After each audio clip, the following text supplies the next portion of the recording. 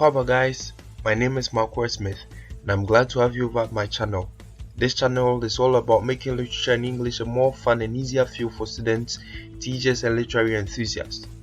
In this video, we are going to have an in-depth analysis of Leopold Sedar Senghor's I'll Pronounce Your Name. Before I go on, this is a new channel, so kindly subscribe, comment and give the like button a gentle tap. Also click on the notifications bell icon so that you don't miss out on any of our new uploads. Without further ado, here is the analysis of Leopold Sedar Senghor's I'll Pronounce Your Name. So, before we go on to the business of analyzing the poem, let us briefly read the poem as it was crafted by Leopold Sedar Senghor.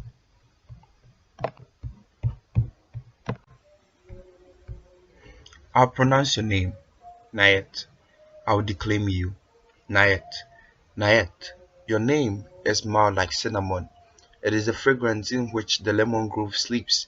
Nayet, your name is the sugar clarity of blooming coffee trees, and resembles the savannah that blossoms forth under the masculine ardor of the midday sun. Name of dew, fresher than shadows of tamarind, fresher even than the short dusk, when the heat of the day is silenced. Nayet, that is the dry tornado, the hard clap of lightning. Nayet, coin of gold, shining coal, you my knight, my son, I am your hero, and now I've become your sorcerer, in order to pronounce your names, Princess of Eliza, banished from Futa on that fateful day.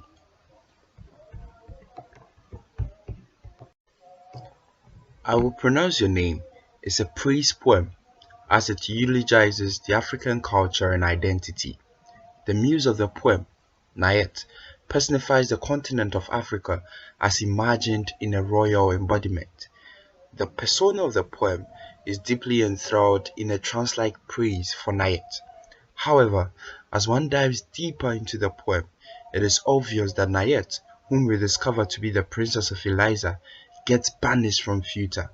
This piece of information is Senghor's way of artistically representing the idea that the average African has lost their identity as a result of being banished from their culture, either through geographical migration, ideological indoctrination, and through inclination towards westernization. In this regard, I'll Pronounce Your Name is not only a praise poem, but also a wake-up call to Africans to return to their roots and ways. Now let's talk about the structure of the poem. Written in a style typical of many African poets, the poem has no end rhymes. It is written in blank verse. The poem has 10 lines and 1 stanza.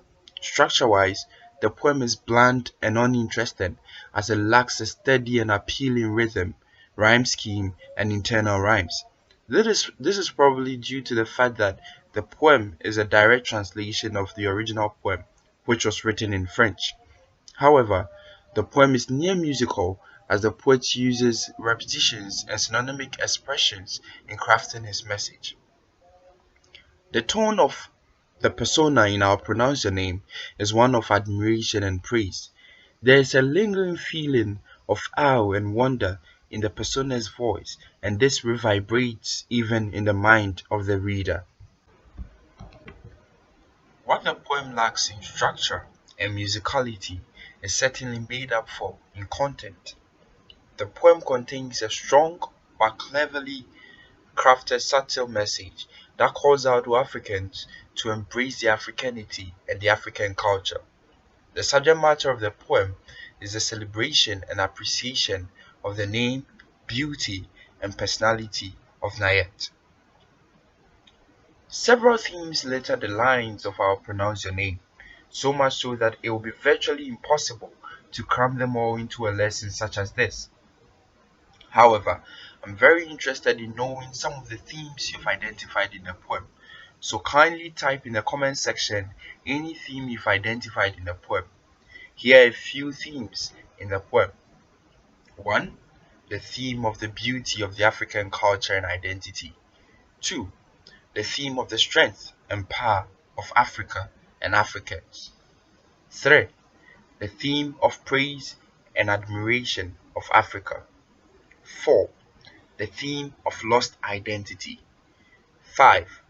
The theme of loyalty to the African culture and identity. I will pronounce your name is rich as far as literary devices are concerned. It should be noted that some of the literary devices used in the poem are very subtle and easy to skip.